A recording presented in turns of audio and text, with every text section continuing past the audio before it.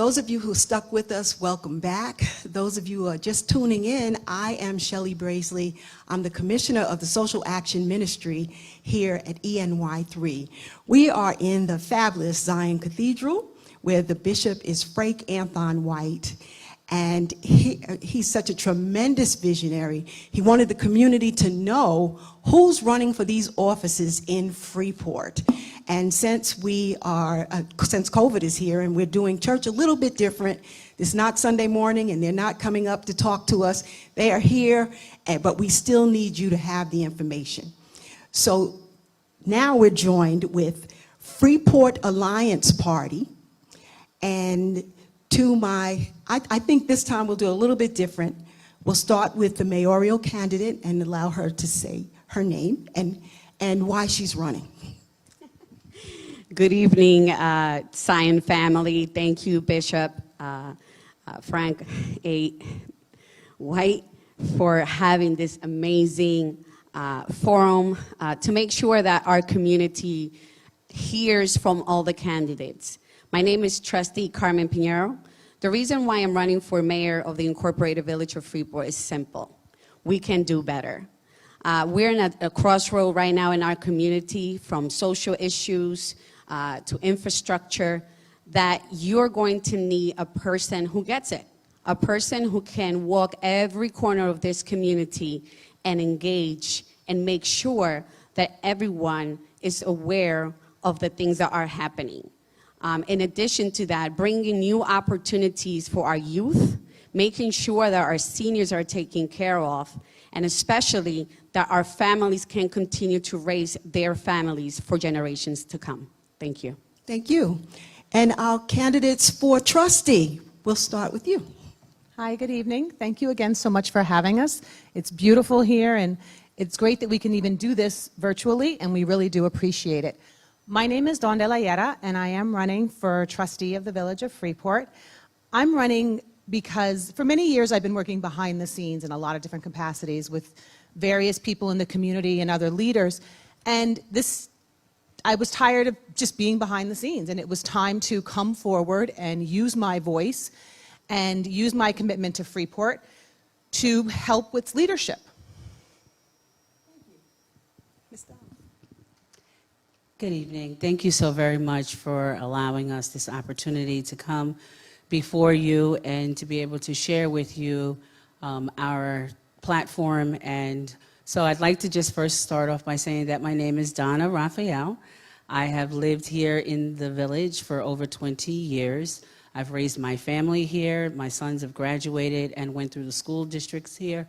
You know, the reason why that I would like to run is that I'd like to be able to leverage a lot of the executive leadership that I've gained over the years. I have lived in this community, I love this community, and for those reasons, I want to be able to work with the individuals that are living here. Provide some kind of leadership as it pertains to sustainability, work with our youth, create a space, a safe space for them to be able to grow and to be able to amplify their voice, and most importantly, to support our seniors and our entire community from the north to the south. Thank you. Thank you. And for Village Justice. Hi, good evening everyone in Zion and watching out on Facebook. My name is Tim Staines. I'm running for Village Justice. I'm running so I can give back to Freeport. I want to make Freeport a better place to be, and I'm happy to be running with a slate of candidates here. I think they have a great message and have a real plan that will make Freeport a better place to live. Thank you. So the community wants to know about your professional experience and how your skill set will add value to the position you're running for.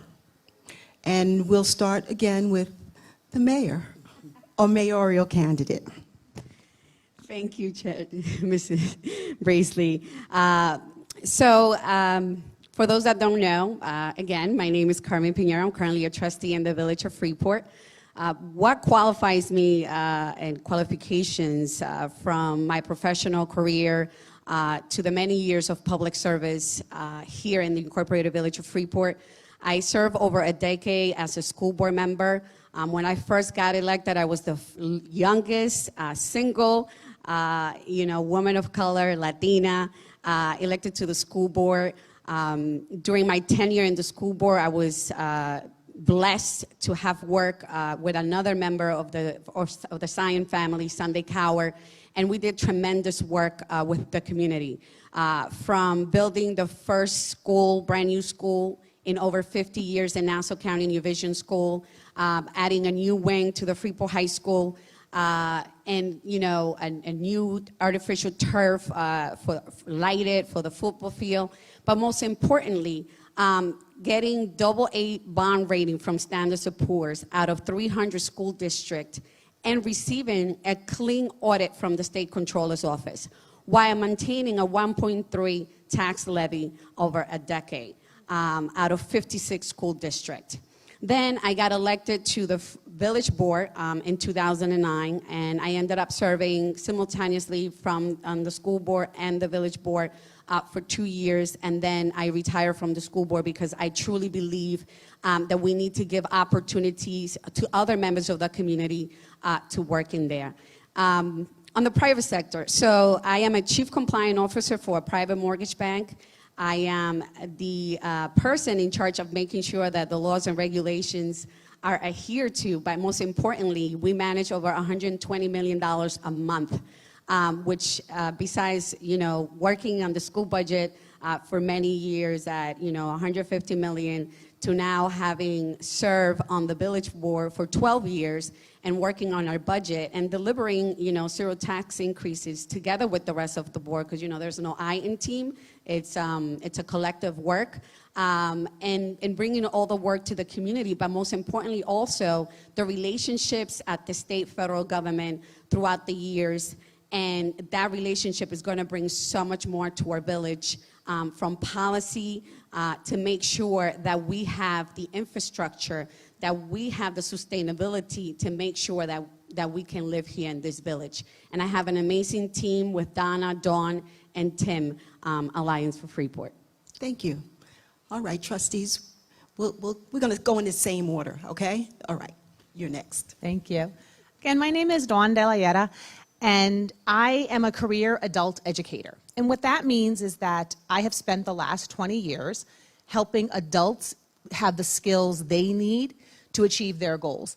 And how that translates to my role in being a trustee is that I want to work with people to take the skills they have, to work with the community to take the skills it has, and to improve upon that, to give people the ability to do the things they want to do and live the way they want to live and have access to the things they need to have access to be successful. In addition to that, I've served on numerous improvement committees, budgetary committees, supervision committees. I've run sites. I'm also a small business owner. I own a business here in Freeport. For the last 8.5 years, my business has been Freeport Learning Center. We're right on Main Street, right downtown. And the reason that matters is I'm seeing firsthand how so much of our central business district is being neglected.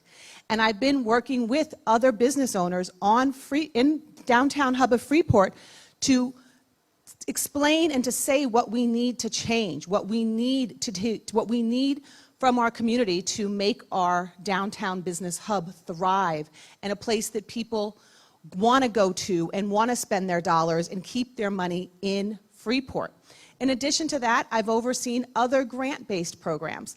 And with grant-based programs, it's more budgetary constraints, concerns, and having to make sure that you can deliver the product within those budgetary constraints. Now, my numbers have not been as high as Carmen's, but working with a budget within a budget, stretching that budget further, making sure that those monies are spent the way they're meant to be spent on the people, on the community who need them the most, in order to better all of us, is where my strengths lie. In addition to that, I've served for the last 10 years on various PTAs. In every school, we have one son. He's in Dodd now, and in every school that he's been in, I've been the president of the PTA, increased budgets there, worked on fundraising, received grants, worked on getting those grants, making sure that with the community, with the parent community, the school community, the Freeport community, all working together to give our kids the best opportunities that we can give them. So being trustee, All of these different skill sets from my different background will allow me to translate that onto a greater stage and to bring many of those things to all the residents of Freeport. Thank you. Good evening again. I'm Donna Raphael. I think probably the very best way to explain it is that I am someone who has been working in communities across Nassau County. My background is in the nonprofit world, where I've worked for over 20 years running programs, developing programs and running programs with budgets over millions of dollars. I've worked with youth, and I've also focused a lot of my energy on intergenerational opportunities, which is extremely important. You know, when I think about legacy, I think about a group that's leaving a legacy and a group that's beginning to start a legacy. And the opportunity to work with both groups has really been a great focus for me. I've also been able to translate my resources and my expertise in other areas, in and around the community. I am on multiple committees. I am co-chairs for multiple different groups. And those experiences have allowed me to have the executive functioning to make decisions when we need it. When there's an opportunity for us, I would be the person that would work with the team to make sure that we are ensuring what's best for our entire community. And I say that often because what is happening on both sides of Freeport is what is going to be sustainable for the entire Freeport. So how do I focus on not only the north side, but also on the south side?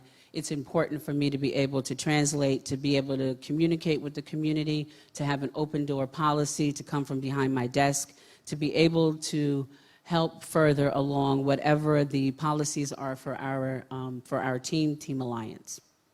Thank you. Good evening again. My name is Tim Staines. So I have a finance degree from Georgetown University. I have a law degree from Fordham.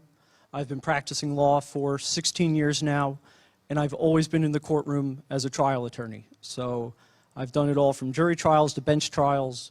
I currently have active cases pending now in New York, New Jersey, Connecticut, Pennsylvania, Washington State, California, and the District of Columbia. So I'm in state court, I'm in federal court.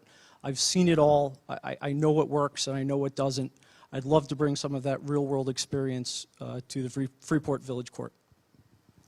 Thank you.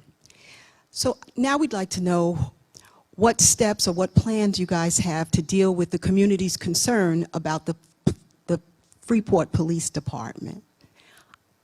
I'll start with the trustees this time. So, okay, give you Ms. Donna. Thank you so much again, Donna Raphael. One of the things that I think is going to be important for the Alliance for Freeport is to be able to have an open dialogue with the police. Police reform requires not just one set of ideas, it requires an entire community. I think with my forensic psychology background and also my ability to work with different groups is really going to be able to help to amplify and create an opportunity for us to make change. The governor's mandate requires that each of the police departments include the community, and I think that that's something that we all need to be accountable for. It's not just the police department, it's not just the trustees, it will be the entire community will be a part of the decision making and to be able to create a document that not only will help to further our relationship with the police. So one of the great things about the Alliance for Freeport team is we do all bring very different skill sets. And Donna has this amazing set of skills when it comes to what the things she just spoke about. And my set of skills comes with, as far as police reform, is the idea that we're, of course, working with all of the things that Donna said and about it's group decisions, it's not just the police and the government. There's so many other facets. But one of the things that we've noticed is that for many of our police, they don't have opportunities to interact with the community except in negative ways. We call them in the worst situations. And many times those situations can quickly become out of hand. And if there were opportunities for people to interact with police on a different level, not always filled with negativity and at the worst times, but some of the best times, then couple that with retraining, new training, asking our police to respond differently to situations, giving them the tools they need to respond differently to situations. And focusing on that, building that community partnership so that we know that when we do call the police, it's not going to be a stranger coming into our home. It's not going to be a stranger stopping us on the street. It's going to be someone that knows us and that we know them. Freeport is not a huge place. Yes, lots and thousands of people live here. But we're still all neighbors, and we still work together, live together, have a community together. And if we have ways that our police are not always just sitting in their SUVs, it's always just, and that's, for them too, they're always alone in their SUVs. And I understand that there's a whole study behind that. But at the same time, if it's always us and them, or the community and them, then we're not really building and strengthening our community together. So if we can find ways to strengthen the relationships in positive ways, coupled with training, coupled with new regulations, coupled with all outside of the box thinking, then maybe we can form community relations with the police that really benefit all of Freeporters. Thank you. Mayoral candidate. Good evening. My name is Trustee Carmen Pineyro. This is very dear to me. You know, my family has been in Freeport since the 1960s. So pretty much, you know, I've been able to engage and hear, you know, from the race riots from the 60s to the modern day, you know, Black Lives Matters movement. We have an amazing police force. I have been blessed to have worked with the police department for the last 12 years. And prior to that, when I was on the school board. But one of the things that I remember growing up here in Freeport, I've been here 33 years, was walking from Randall Avenue to Dow Middle School and running into, we used to call him Rambo, which is our retired Chief Horton, who just recently retired from the police department. And during that time, you know, the new immigrant community in Freeport was scared to interact with the police department. And he took the time, he was a beat cop walking around and came up to me and he said, you know, how can I do better? And I said, you know, we don't trust you. And he said, so how am I going to gain that trust? And, you know, when you talk about police reform, you know, a mayor has to be the leader to set the tone. To make sure that you are out there with your cops, making sure that they meet those central business owners, that they meet the Nautical Mile owners, that they meet the Babylon Turnpike owners, that they meet the North Main Street owners and those located in Sunrise, Merrick Road, and Atlantic Avenue. That's how you're going to be able to bring family back and the interaction, not only with the police department, but also with the fire department. And lastly, the draft reform is already on the Freeport, Incorporated Village of Freeport Facebook page. You can download it tomorrow from 12 to 4 p.m. I invite every resident of the Village of Freeport to come to the second floor of Village Hall, where there's going to be an open forum and discussion with members of our police department.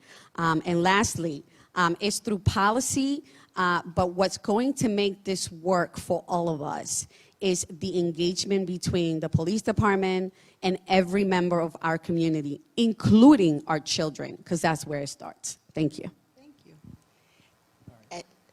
As a judicial candidate, obviously I'm limited in what I can express. So I would say that if a matter came before me as a judge that involved the police, I would have to apply the law and the books in a fair and impartial manner to the facts as presented.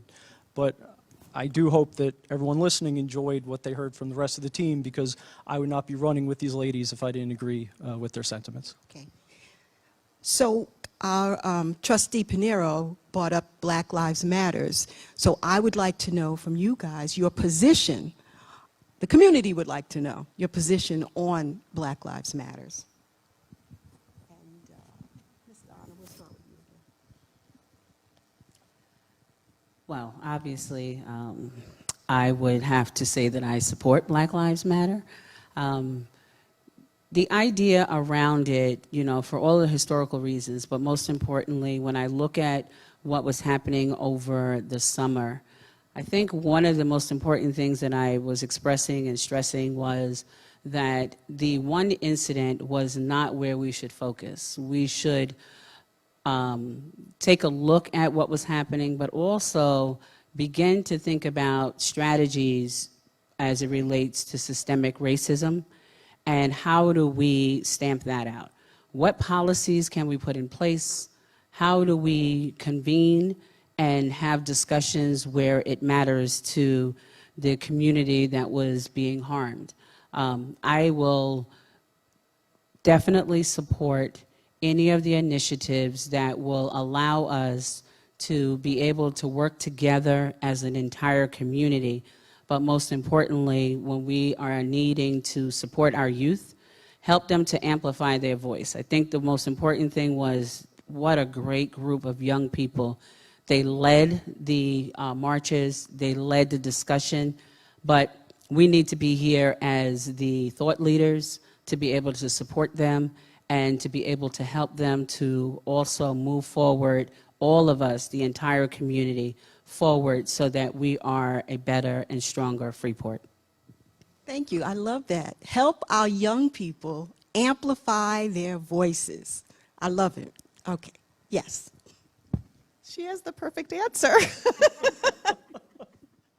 Absolutely, absolutely, absolutely support. I support Black Lives Matter. I support the idea that we need to amplify those youth voices. I really don't. I had an answer, and I feel like it's inadequate. But It's okay. We're gonna, that's what you don't have to say anything. that's- I have another that's- question for you. Don't worry about it.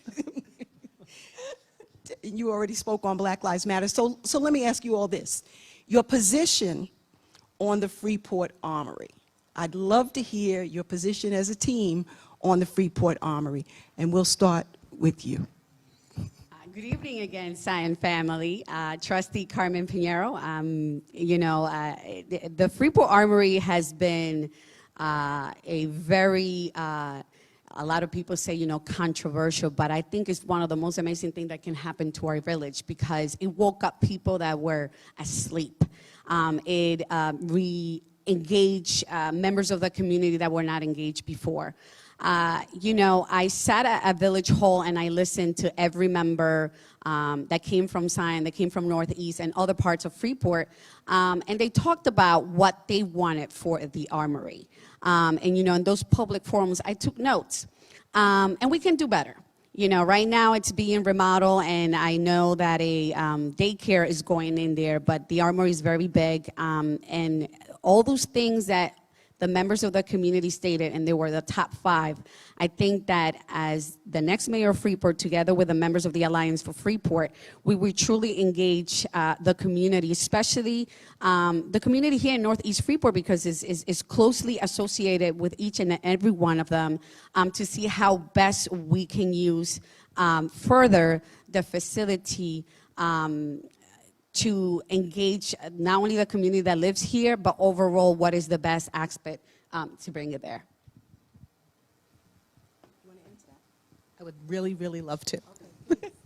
So, full disclosure, I live here in Northeast Freeport. I grew up mostly here in Northeast Freeport, and my entire life, coming off the Meadowbrook, we drove by Coleman Country, which is lovely, and I know that they're very friendly, and it was, why can't I go there? And the reason I even bring that up is because many years ago, when we first started talking about the Armory, when it was first turned over, and one of the first proposals was like a teen youth center. Now, at that time, our son was pretty young, but as he's a teenager now, and our thought was, oh my gosh, that would be fantastic. It would, walking distance from our house, it would be, even though it was across the street from Coleman Country, we'd have the ability that, you know, if we really put forth effort and ideas, we could really rival something that our kids would be able to go to and play at and participate and do activities together. And fantastic. Oh my gosh, great idea, so on board. And then we had all the stuff with the DPW and all of that, and very much, listen, I understand that we may need a new place for the DPW, but we can find someplace else. We don't need those trucks rumbling through our neighborhood. So, just saying. So now, where we are now, I'm really, you know, I've been attending things, I've been reading things, I've looked at things, and I'm really still not sure what's happening at the Armory. But I do know that I think that we can do a lot more with that space. A lot more. I think a daycare is not a bad idea. I think that lots of people need childcare, and to have a daycare that's that size right in our neighborhood, that's, I think, a good thing. But especially with the limitations on the rec center. So we have this great rec center that's being underutilized. And there's not a lot there for teenagers, and it's the same thing. Once you're, there's stuff for little kids, stuff for older people, but there's not a whole lot in the middle. And again, this idea that we could do this right here in our neighborhood where the kids could walk to, and it's easy enough to get there from other places. So I really think that if we have the opportunity to truly imagine and put forth ideas and brainstorm and think outside the box and look what we could do with the Armory, we should embrace that challenge. And we should bring kids to the table and ask the young people, what kind of things do you want to see in the Armory? Listen, I'm not a kid. I know what I think would be fun, but why aren't we asking them? Thank you. Sorry. Ms. Donna, you want to take a stab at it? Sure. Just really quickly, I'd like to just say, everything that the Alliance for Freeport has already mentioned is very true, and I do think that, starting with the daycare center is fine, but as we begin to transition through life, we want to also make sure that we're addressing the needs of the entire community. And so if we're starting with the daycare, then we move to the teens and possibly the adults. I'd also like to be able to see if there's an out-of-school place where young people who necessarily wouldn't go to a traditional environment, maybe there's a place for them, maybe there's a work incubator, maybe there are other things. And I think that the Alliance for Freeport, we've kind of tossed around some great ideas. I think that this is the team to really establish and create a true center, community center. Thank you. Well, time flies when you're having fun, and I really appreciate you all taking the time to come and visit with the community and let the community see who you are. And so at this time, we're going to give you an opportunity to have a closing statement. And so just speak your heart to the community. We'll start with you, sis. Once again, thank you, Zion family. My name is Trustee Carmen Pineyro. This Tuesday, March 16, from 7 a.m. to 9 p.m., you have one of the greatest decisions in the last 30 years to make. You have the opportunity to elect a mayor who will represent every interest of this amazing, beautiful village. I'm not no stranger to this community. This community truly raised me, opened the doors. When you talk about family, Freeport is family. I went through the school system here. I'm a Red Devil, graduated, came back, have dedicated 20 years not only of public service and elected official, but also as a volunteer lacrosse coach. And I've seen so many beautiful, strong women rise to the occasion, become attorneys, authors, police officers, famous models, and educators, to name a few. And that's one of the reasons why I'm raising my family here. My husband and I have 3 children, 12, 11, and soon to be 9. Their pride is the Freeport School District, but also this community. And we have so many great things that make Freeport great. But lastly, what's going to make Freeport great is making sure that every corner, every aspect of this community is interconnected, not only through infrastructure, but reimagining our neighborhoods, reimagining what the future of Freeport is going to look like, not only for us when we become seniors, but for our children and our children's children. And I can guarantee you that Alliance for Freeport, Dawn, Donna, and Tim and myself will make sure that we take care of business. Thank you. Again, thank you so much for having us. We know that with all the things that are going on, it's really amazing to have a resource that you are able to do this and have this forum for the people of Freeport and, of course, for Zion family, and we really do appreciate it. One of the things that, just to echo more on what Carmen said, this team, the Team Alliance for Freeport, we all bring such different strengths and backgrounds, but our commonality is Freeport, and we all are raising our families here. We are choosing to live here. On our case, we work here.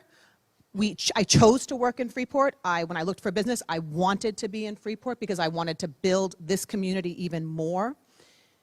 We want to work on community relations, of course, but also those infrastructures, the business hub, recognizing that Freeport is not just south of Atlantic Avenue. As much as we love south of Atlantic Avenue, there's an entire village that's north of Atlantic Avenue.